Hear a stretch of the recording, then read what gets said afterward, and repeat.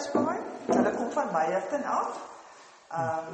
Charles het daar en jy aan die Universiteit van Pretoria gestudeer. Ja, ek. Jy.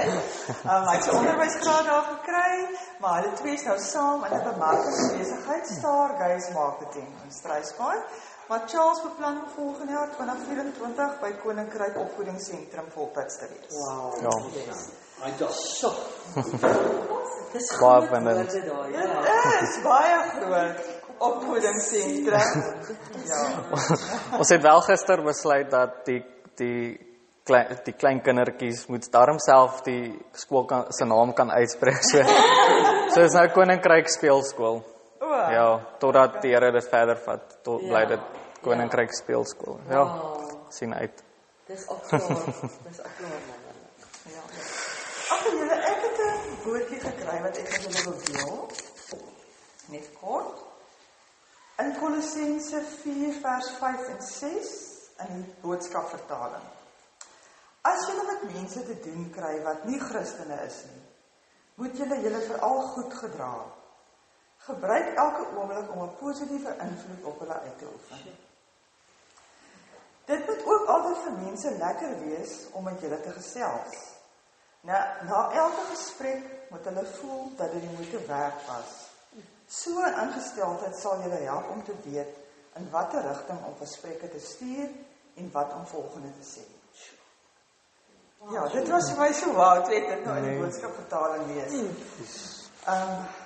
Ek gesels gister met een van my personeellede, terwyl ons vooraf uitpak gesels, ek het sy altyd, en dit kom maar altyd, ons kry maar altyd so 'n geestelike gesprekkie in, ek en sy, Keisha.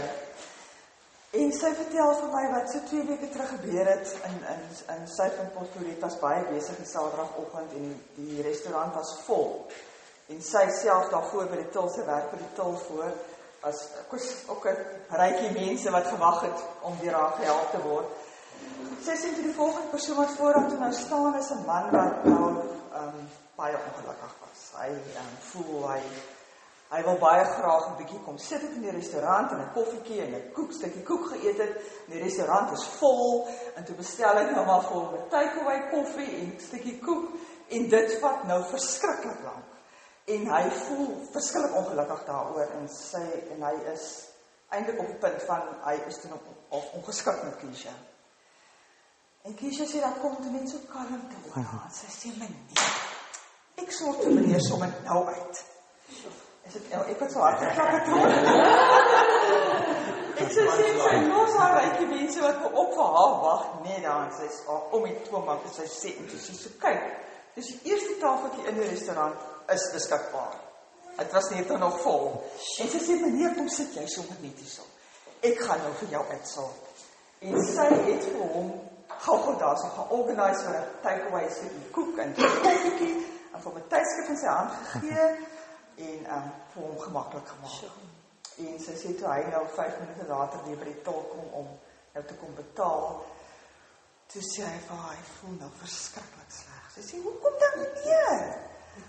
Hy sê, ek voel skaam. Ek moes nie so gereageer nie, dit was so onnodig van my en ek voel regtig sleg. En ek sê vir Keisha, dis net omdat jy 'n stukkie van Jesus se liefde gewys het. Jy het net sy goedheid vir hom, net 'n stukkie van sy goedheid gewys. En dit is die verskil wat ons kan maak. Ons hoef nie voor mense te gaan staan en te preek en dinge te gaan doen nie. Ons kan elke dag in ons daaglikse lewe net hoe ons reageer vir hulle wys sodat Jesus. Amen. Yes. En dit was vir my so groot getuienis geweest, want ek het gewonder, wat sê ek nou vanoggend vir hulle sê, daar gee Keisha vir my gistermiddag die boodskap. Ja. So, maak 'n verskil. Dit is vir my. Ja. So kom ons bid en dan gee ek oor aan Charles. Amen. Here, baie dankie vir 'n splinternuwe dag.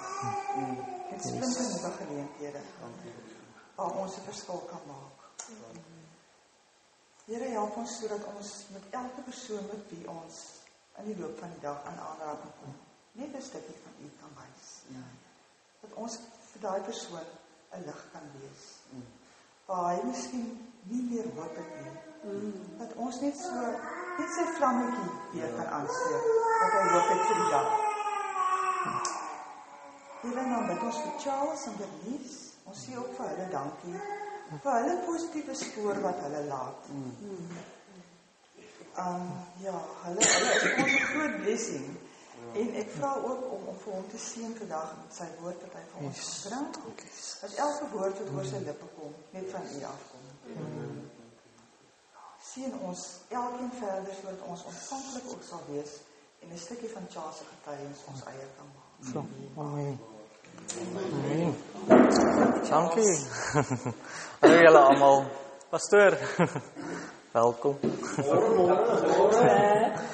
Wat Sergio sê, wat my dink, ek iemand is 'n preekie jare terug gesê, we must preach the gospel every day, where we go, every place, and if needs be, use words. Amen. So.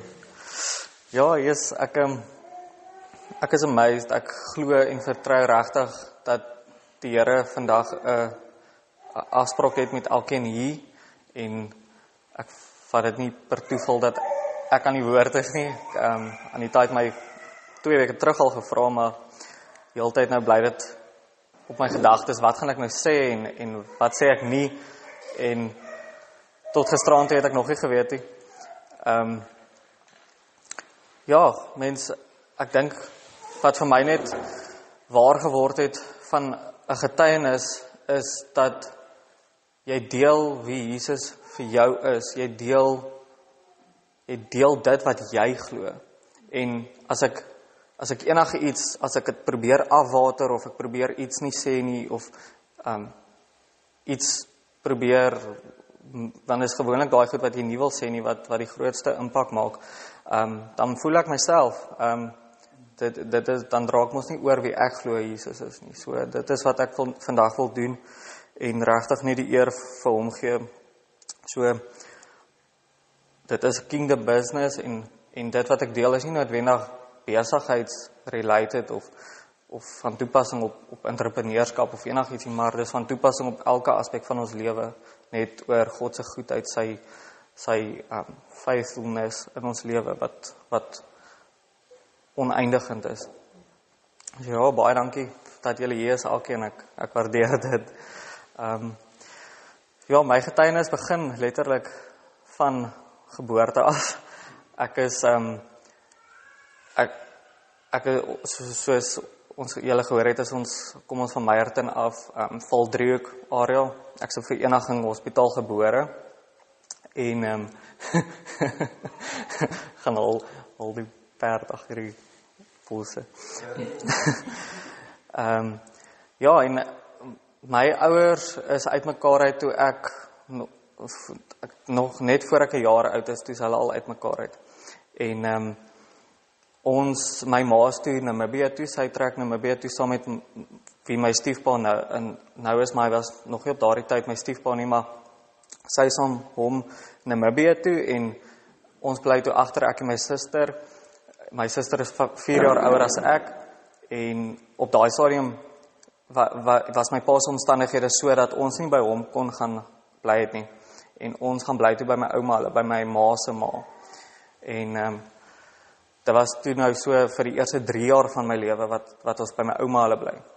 In vereniging. En die herinneringe wat ek het van daai tyd in my lewe is vir my die kosbaarste oomblikke in my lewe.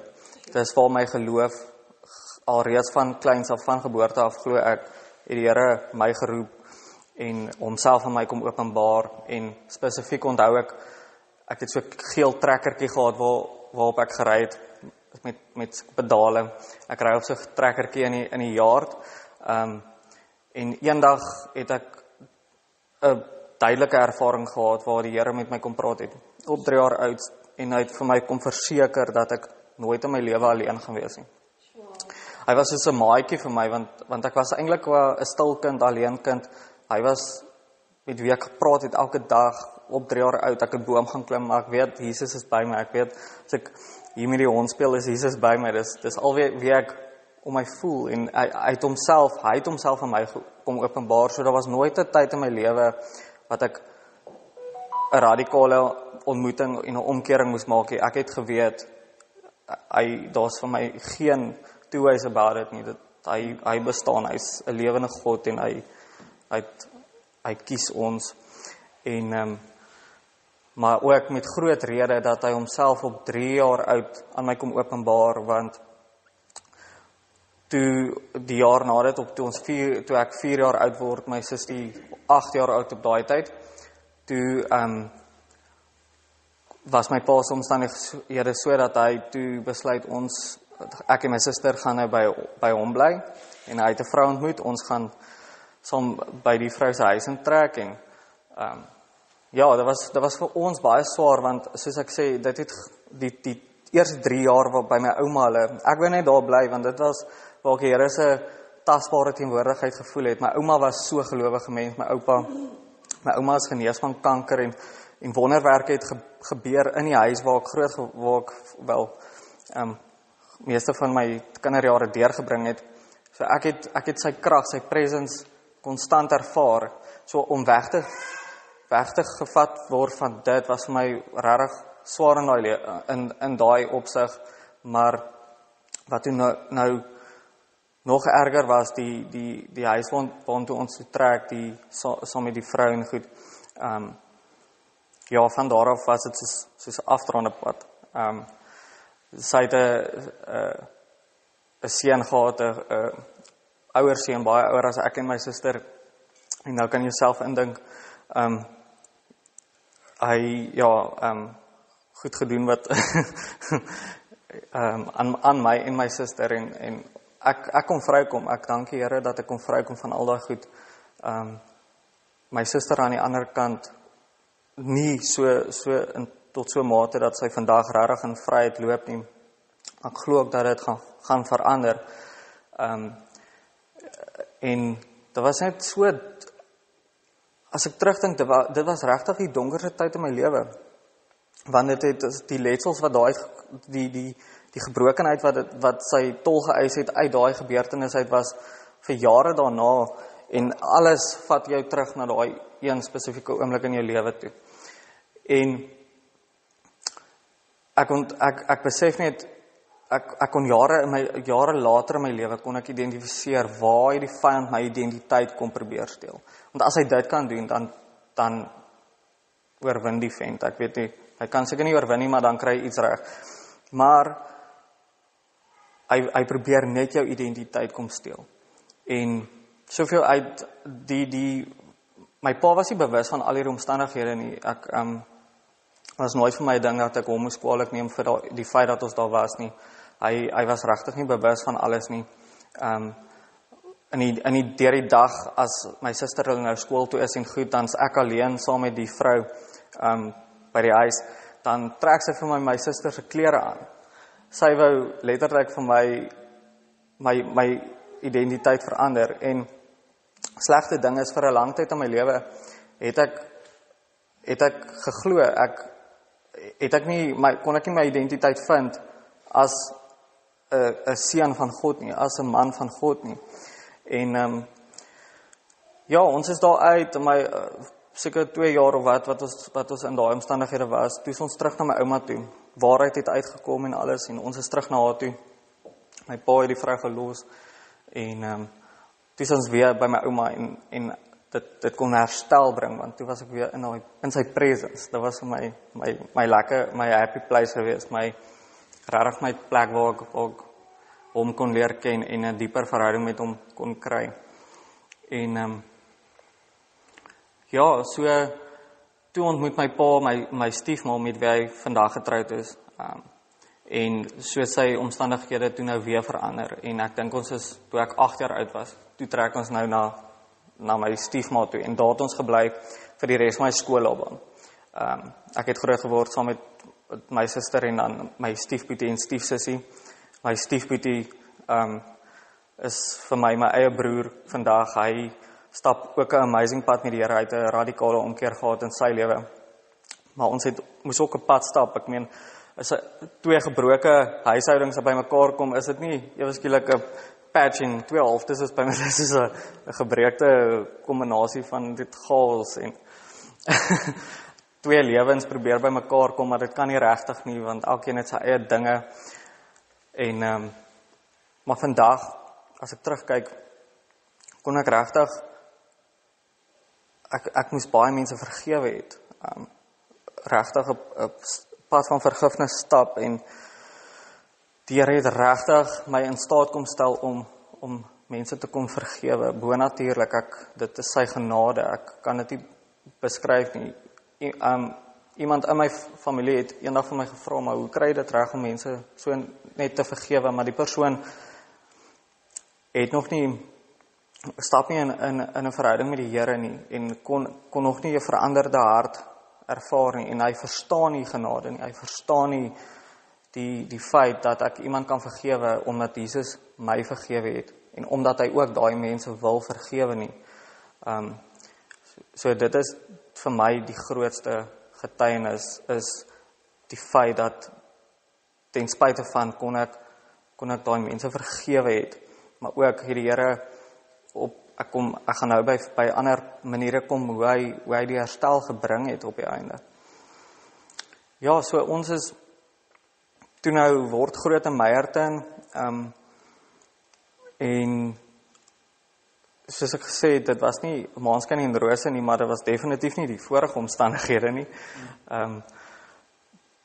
En toe, toe ek in my matriekjaar kom, toe het dit so klimakspunt net bereik in ons huishouding waar dinge net nie wou werk en goed. En ek is in my matriekjaar, net voor my matriek rekordeksamen is ek uit die huis uit en ek besluit ek gaan nooit weer terug nie. Seker maar, ja, ek sal sê nie, dit was definitief as gevolg net van omstandighede, 'n oploop van vele kante af.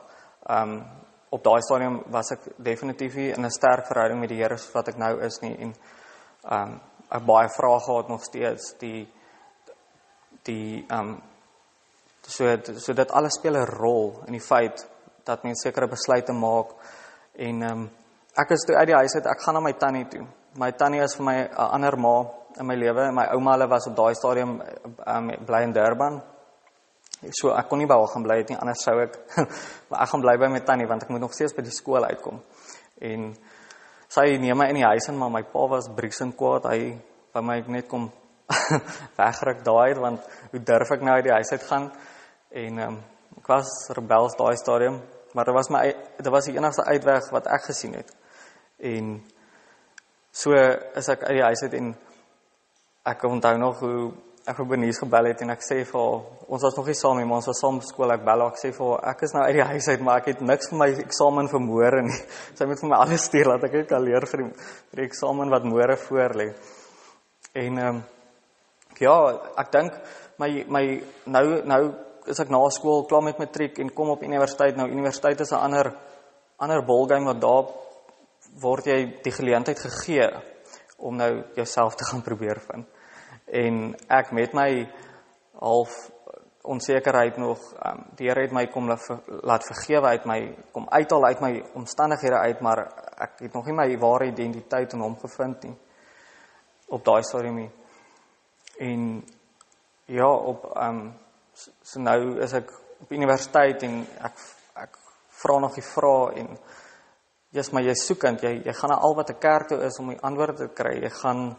Jy lees al wat 'n boek is, jy kyk alle teachings en goed, maar niks gee vir jou die antwoord nie. Want die antwoord is Jesus.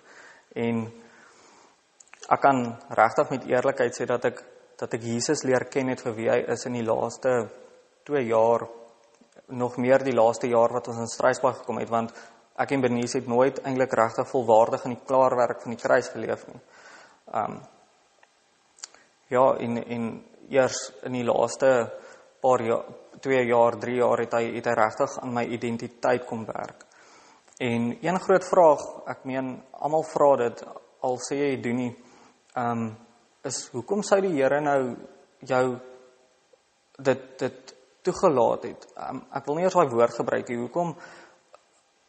hoekom, ja, maar ek self het die vraag gevra, dit was vir my grootste vraag wat ek gevra het in my lewe is, Here, hoekom? Ek weet U bestaan, U het U self kom openbaar, toe ek klein was, so 'n tasbare oomblik met U gehad. Daar's nie vir my twyfel dat ek nie glo nie. Wat was dan die rede? Wat was dan hoe speel dit 'n rol in my lewe vandag? En hy sê vir my dat elke donker oomblik wat jy in jou lewe ooit sal ingaan, elke moeilike omstandighede, elke suffering, het hy iewers in sy suffering waar dit begin het op die kruis tot waar dit geëindig het, iewers in daai journey wat hy gestap het hy gedeel met elke suffering, tot op die fynste detail het hy daarmee gedeel. En toe is dit, want dan is dit mos nou vanselfsprekend dat mens deur sulke goed gaan, want dit is dan wie jy, op die einde kan jy net Jesus se lig ervaar in die donkerte. As dit nie vir die donkerte is nie, gaan jy, waaraan meet jy hierdie donker omstandighede? Jy meet dit aan sy glorie, hoe sy lig skyn op dit en jou kom haal uit daai donkerte uit. Ja, vandag wil ek julle bemoedig en sê, daar is nie 'n te donker plek waar jy kan ingaan, waar jy kan wees, waar sy lig nie skerp genoeg sal wees, om lig op dit te skyn en jou uit te haal nie. Ja, en die laaste jaar voel dit asof die jare voor laas jaar is vir my so stadige oploop van gebeure, en die laaste jaar is net soos vinnige opcatch, waar die Here van kleins af net alles vir my kom ophelder en vir my tot op vandag toe nog sê, net soos alles bymekaar bring, alles pas so mooi vir my in sy prentjie in. Buiten die feit, ek moet dit deel, want die Here het my kom vrymaak van 'n pornografieverslawing van graad 7 af tot na matriek op universiteit toe. Jare se verslawing, hy het my radikaal kom vrymaak. Maar eers toe ek my identiteit in hom vind. Uit jou vlees kan jy honderde kursusse bywoon, ek het mense gaan sien, ek het gegaan vir bevryding. Daai ou het alles uit my uitgedryf, maar na dit was ek nog steeds verslaaf aan pornografie, want ek het nie my identiteit gevind in Jesus nie, in die klaarwerk van die kruis en wat hy vir my gedoen het en my lewe na die kruis nie. So daarvoor, dis my grootste getuienis. En ja, ek ben Jesus getroud laas jaar Maart, en ek het onderwys studeer en werk gekry direk na my studies by 'n skool, en toe ek begin werk, nou voel ek dinge gaan goed, ek het die vrou gekry wie ek al van skool af my oog op het. Nou dink ek het gaan goed en alles is reg, maar soos wat ek begin Januarie by die skool en soos wat dit aangaan tot en met Junie maand, was dit net asof ek meer en meer depressief raak. En ek verstaan nie hoekom nie. Dit was 'n 4 jaar opbou van studies en uitsien na klaarmaak, en die Here het so kom voorsien in my studies vir my. Ek moes eers op die ou na my graad gehad en dit was net 'n bonatuurlike ingryping van hom, want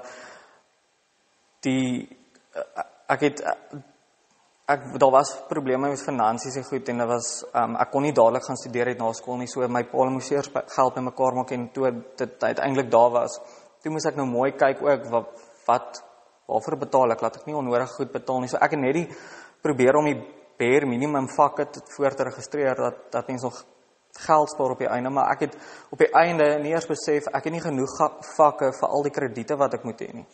En in my 3de jaar vind ek dit eers uit, en hulle roep my in en hulle wys vir my, ek moet nou vir 'n vak registreer, maar dit kos te veel geld, en ek het nie tyd om nog 'n vak te vat, en ek los dit toe net, ek besluit toe, die Here sê vir my in daai oomblik, jy gaan nie jou graad kry as gevolg van die universiteitse sisteme en vereistes nie, jy gaan dit kry omdat ek het vir jou moontlik maak.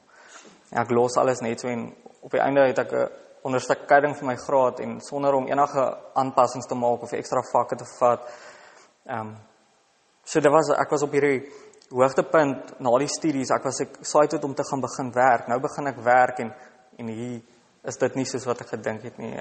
Ek is nie tevrede nie. Ek geniet die interaksie met die kinders. Ek wil nie eers klas gee nie, ek wil net met hulle connect. Maar dis hierdie hope berg admin en ek merk tot 9:00 die aand vraestelle en daar's nie eers tyd vir bietjie interaksie met 'n kind nie, want die druk in 'n staatskool is so erg dat jy net moet hardloop.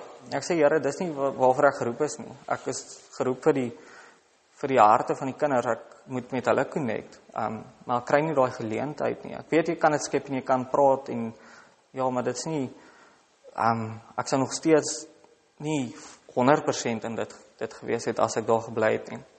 Ek praat met Bernice en ek sê vir hoe ek voel en op daai stadium is my suster hulle hier in Struisbaai en sy het 'n homeschool van haar huis af en dit brei uit op daai stadium en ons gesels toe en ek sien toe die geleentheid dat ek kan kom en ek kan saam met haar werk in haar skooltjie en dit gee vir my die geleentheid om meer tyd in die woord te spandeer want ek kry nie daai tyd nie. Net meer interaksie te hê met die kinders en dit is 'n ander omgewing. Ek besluit nou die Here lei my daartoe. En ek praat met Bernice en dis in Maart maand. Bernice sê vir my, hou net uit tot Junie maand, dan bedank jy voor die Junie vakansie. Ek het gesê, hou uit tot einde van die jaar. Jy het gesê, hou uit tot einde van die jaar. En ek sê vir hom, ja, maar ek gaan uithou tot die middel van die jaar. Want dit was Maart maand, so dit was nog 'n kwartaal wat moes verbygaan. En ek sê, okay, gee dit tot einde Junie. Ek bedank einde Mei. Dit was die slegste 3 maande van my lewe. Want nou is ek al reeds negatief en ek weet ek gaan daar uitkom, maar nou is dit net die gewag. En ek het gesorg dat my werk gedoen was, want die kinders sou daaronder lê. Ek het gesorg dat hulle goed op datum is, dat ek al die assesserings afgehandel het en goed, maar dit was net nie vir my as jy ek al my uit af vir mense wat regtig in besighede en werke moet sit waar hulle nie vervul raak met dit nie, net as gevolg van die feit hulle moet dit aanvaar. Ek glo dat die Here regtig iewers vir almal 'n plan het, waar hulle passie en hulle soos wat hy hulle geskep het, moet kan uitleef. En dis wat ek nagejaag het. So kom Junie maand en ons is op pad Struisbaai toe en ons kom hier en ek gaan nou saam met my suster in die skooltjie in.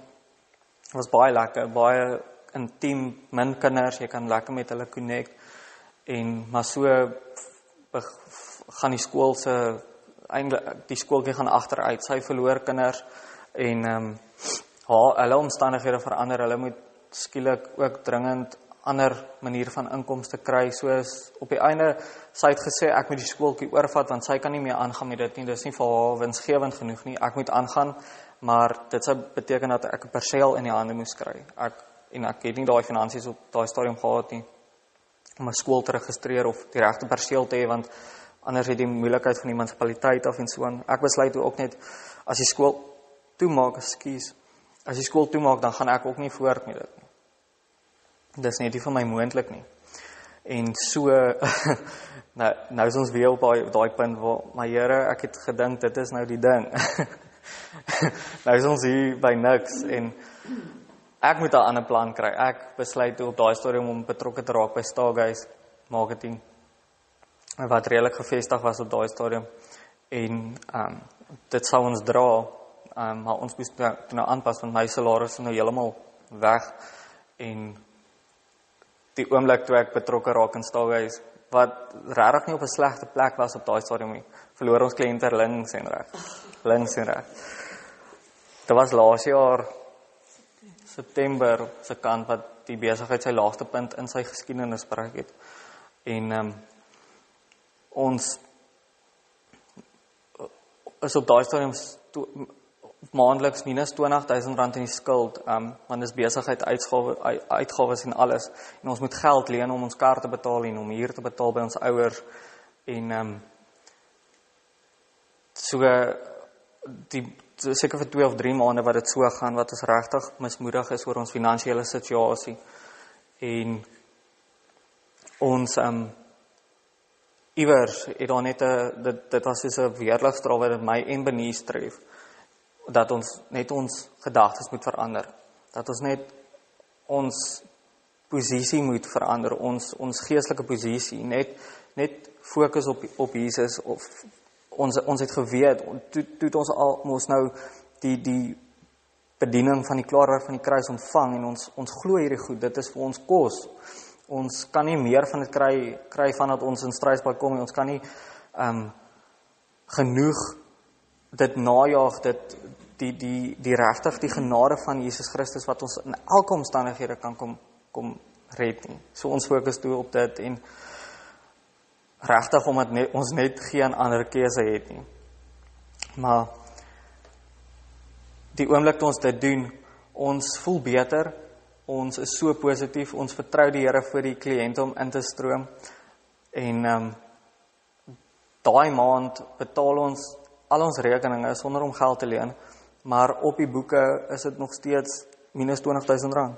Ons verstaan dit nie.